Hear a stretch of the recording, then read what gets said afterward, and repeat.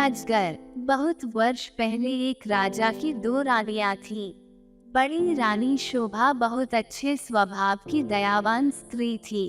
छोटी रानी रूपा बड़ी कठोर और दुष्ट थी। बड़ी रानी शोभा की एक पुत्री थी, नाम था देवी। रानी रूपा के भी एक बेटी थी, नाम था तारा।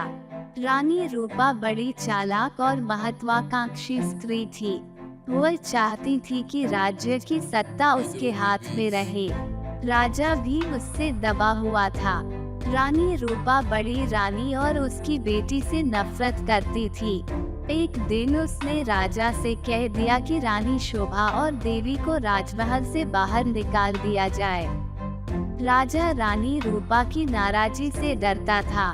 उसे लगा कि उसे वही करना पड़ेगा जो रूपा चाहती है। उसने बड़ी रानी और उसकी बेटी को राजमहल के बाहर एक छोटे से घर में रहने के लिए भेज दिया।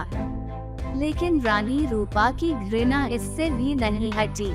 उसने देवी को आज्ञा दी कि वो प्रतिदिन राजा की गायों को जंगल में चराने के लिए ले जाया करे। रानी शोभा यह अच्छी तरह जानती थी कि यदि देवी गायों को चराने के लिए गई तो रानी रूपा उन्हें किसी और परेशानी में डाल देगी।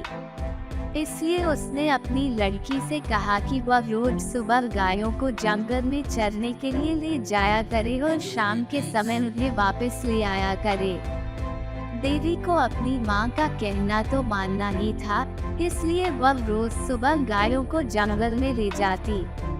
एक शाम जब वो जंगल से घर लौट रही थी तो उसे अपने पीछे एक धीमी सी आवाज सुनाई दी। देवी, देवी, क्या तुम मुझसे विवाह करोगी? देवी डर गई। जितनी जल्दी हो सका उसने गायों को घर की ओर हाँका।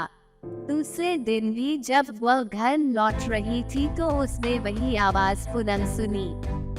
वही प्रश्न उससे फिर पूछा गया। रात को देवी ने अपनी माँ को उस आवाज के बारे में कहा। माँ सारी रात इस बात पर विचार करती रही।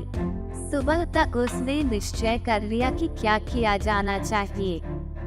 सुनो बेटी, वो अपनी लड़की से बोली, मैं बता रही हूँ कि यदि आज शाम के समय भी तुम्हें वही आवाज सुनाई दे तो तुम्हें क्या करना होगा? बताइए माँ, देवी ने उत्तर दिया। तुम उस आवाज को उत्तर देना।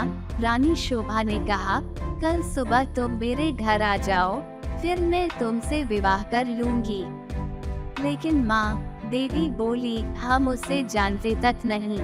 मेरी प्यारी देवी, माँ ने दुखी होकर कहा, जिस स्थिति में हम जीवित हैं उससे ज्यादा बुरा और क्या हो सकता है। हमें इस प्रस्ताव को स्वीकार कर लेना चाहिए। ईश्वर हमारी सहायता करेगा। उस संध्या को जब देवी गायों को लेकर लौट रही थी उसे वही आवाज फिर सुनाई दी। आवाज कोमल और दुख भरी थी। देवी, देवी, क्या तुम मुझसे विवाह करोगी? क्या तुम मुझसे विवाह करोगी? आवाज बोली। देवी रुक गई। उसने पीछे मुड़कर देखा लेकिन उसे कोई नहीं दिखाई दिया। वो हिचकिचाई। वो वहाँ से भाग जाना चाहती थी लेकिन फिर उसे माँ के शब्द याद आ गए।